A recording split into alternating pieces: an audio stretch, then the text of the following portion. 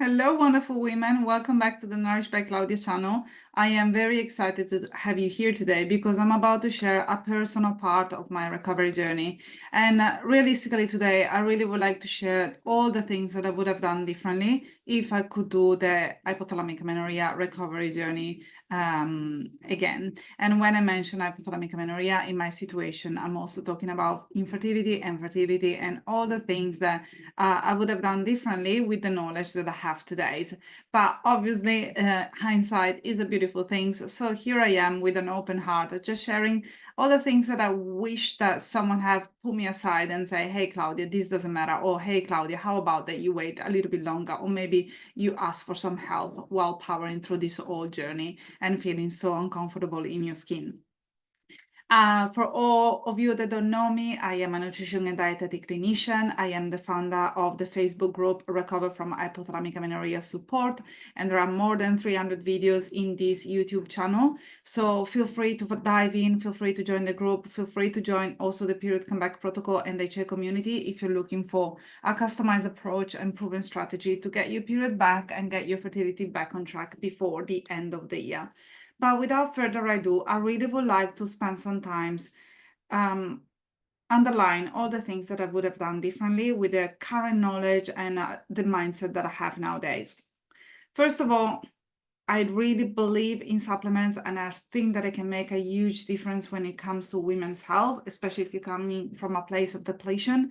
But I wouldn't start a woman that has a missing period by taking plenty of supplements. When I didn't know what to do in terms of my missing periods, I decided to go and see a naturopath. She was the most famous here in Sydney when it came to fertility. She had written the Fertility Bible, and as a nutritionist and dietetic clinician, I looked up on her. She was absolutely divine under my eyes, and I would have done anything to work with her. So I waited 6 months. There was a massive waiting list. I waited 6 months. I paid more than $300 for a 30-minute consult. And right now, $300 may not seem like much, but back at that time, and we're talking about more than 10 years ago, it basically is the equivalent of a $900 30-minute consultation.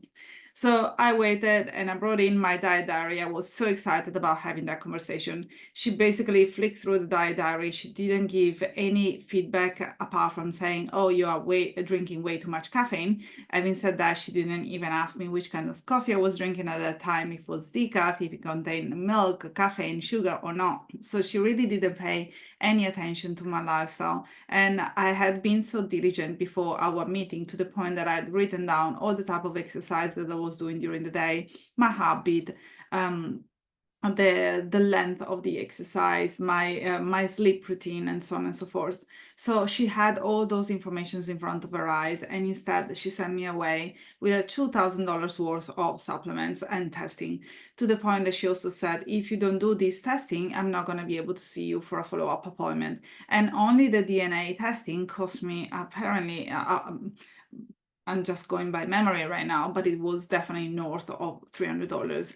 And even when I went back for the follow-up consults, because I was so committed to make it work, she just skimmed through the DNA testing results, and she showed me that obviously my conversion of B vitamins wasn't going that great, that I had low estrogen and low progesterone, and my cortisol level was high.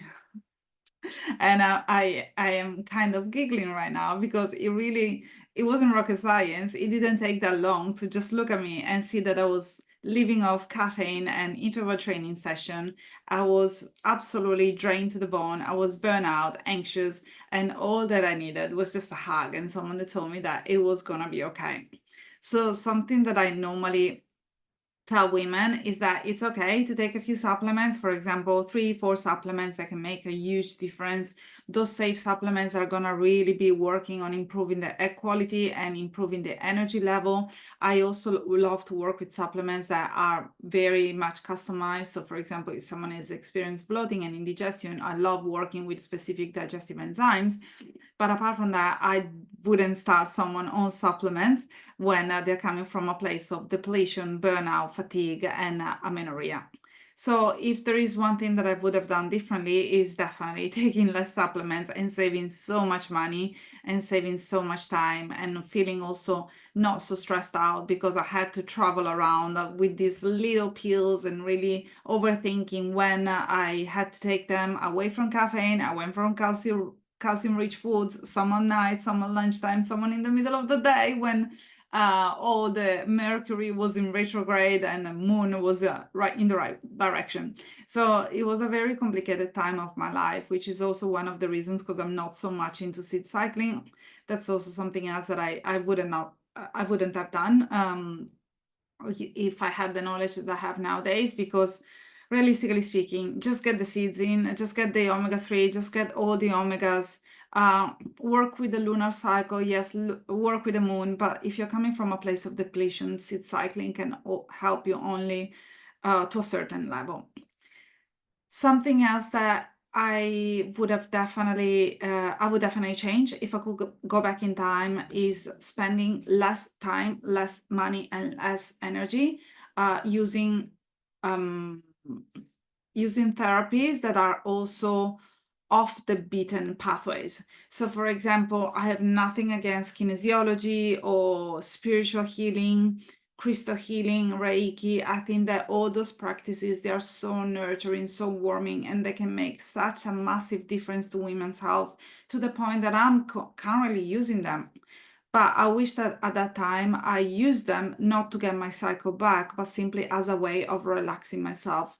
So I would have saved so much money in just finding external tools to treat my condition, where instead I should have spent much more time really asking myself the questions of what was really going on, listening to my gut feeling, and actually put the right steps in place to get the period back sooner rather than later.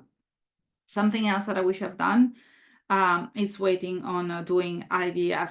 So as you possibly know by now, I tried IVF, I tried egg freezing. IVF didn't work for me because my body was not receptive to it. My body was not ready to give me a baby because I was in such a malnourished place.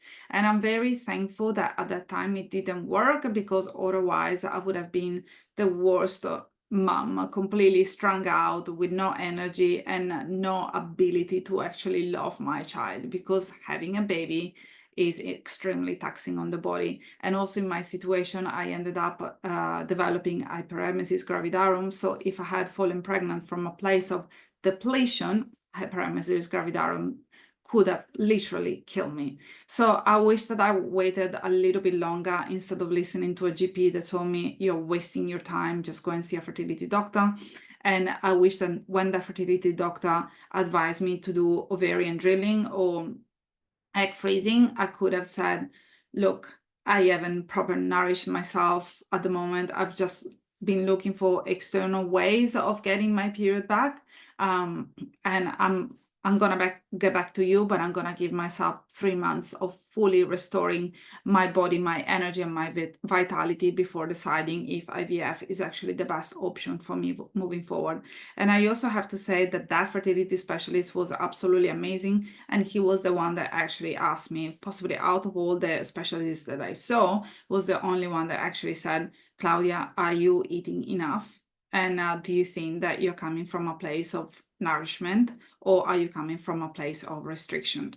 He asked me that, and obviously back at that time I had the right answer for him because I didn't want to hear another opinion, and I said, absolutely yes. And then obviously I wasted so much money on IVF when, realistically speaking, I just had to give my body what it needed, and then my body gave me the 2 kids that I've always been wanting for. In hindsight, I wish that I had asked for help much, much sooner. Realistically speaking, I went to see up psychotherapy for a few times, but talking therapy and CBT didn't really work for me, because ultimately I needed strategies to implement day in and day out, and I was craving accountability. So I wish that back at that time I had found someone like me that would actually speak with me via voice memo, via messages on a day-to-day basis, someone that would just check my lifestyle diary, someone that would have a conversations with me one-on-one, someone that would really hold me after an appointment with a specialist, or after a failed IVF cycle, or after getting my blood test results back. I wish that I had that person on my corner to help me through all the rabbit holes of the medical system, and more than anything, someone that could have pushed me when my mindset was dwindling, when I was second guessing myself, when I was doubting myself, when I thought that I was not exerting my body, and when I was thinking that I was eating enough. I wish that I had that person that would have stopped me and said, Claudia, come on, just adding a little bit more for lunch. Come on, have that breakfast a little bit earlier. Coffee is fine, but have it a little bit later.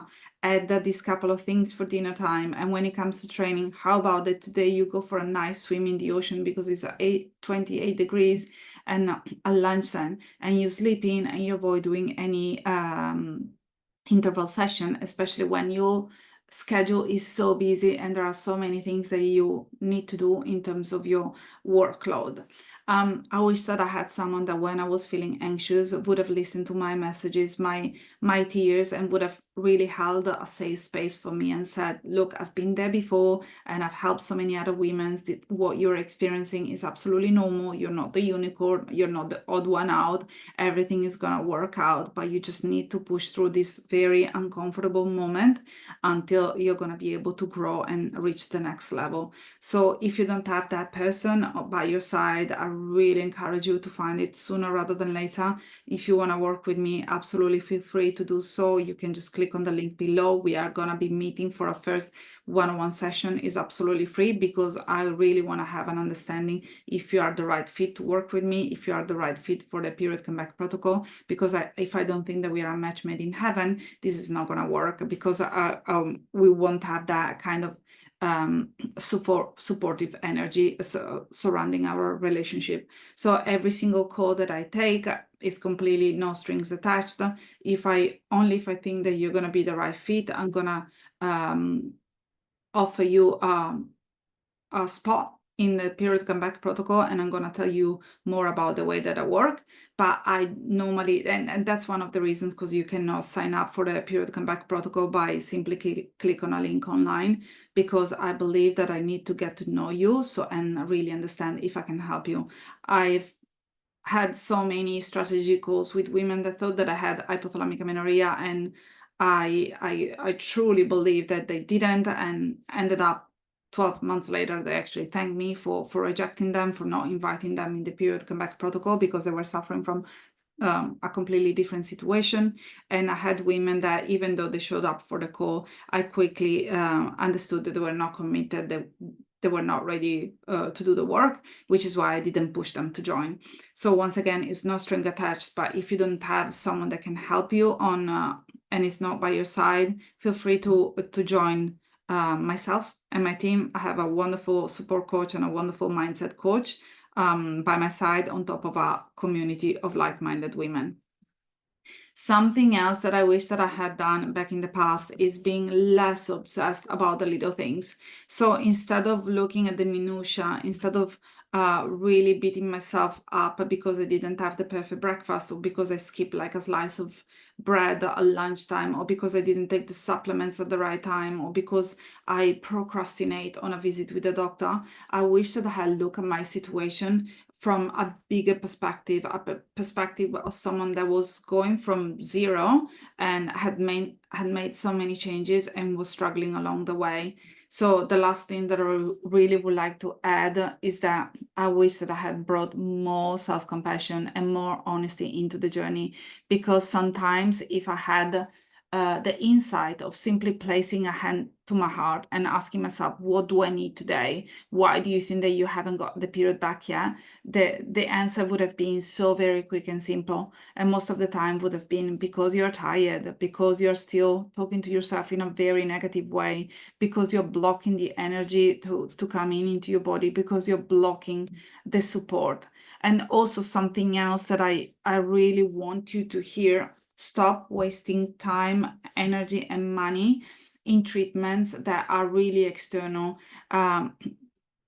See if you can stop to trying and fix yourself without doing the work, which is why I normally say find someone that can really understand what you're going through, that it's well versed in HA, that has experienced it in his own skin, and work with that person. Because the more that you're going to appointments with people that are trying to give you external things to kickstart your cycle, the more you're going to be stuck in this loop of missing periods, exhaustion, burnout, anxiety, and low vitality, and ultimately infertility. So I don't want in this video to be doom and gloom, but this is just a call for you out there to simply accept the fact that you may need to do the work, and this is actually the best thing that can happen into your life, because hypothalamic amenorrhea doesn't happen to you, it doesn't happen for you. And the more that you resist treatment and the more you resist recovery, the longer the lesson is gonna be for you. But the sooner you open yourself up and you start receiving from the outside, the sooner that you're gonna accept help from people that really want to be there for you, the sooner your recovery is gonna be, and the easier as well it's gonna be.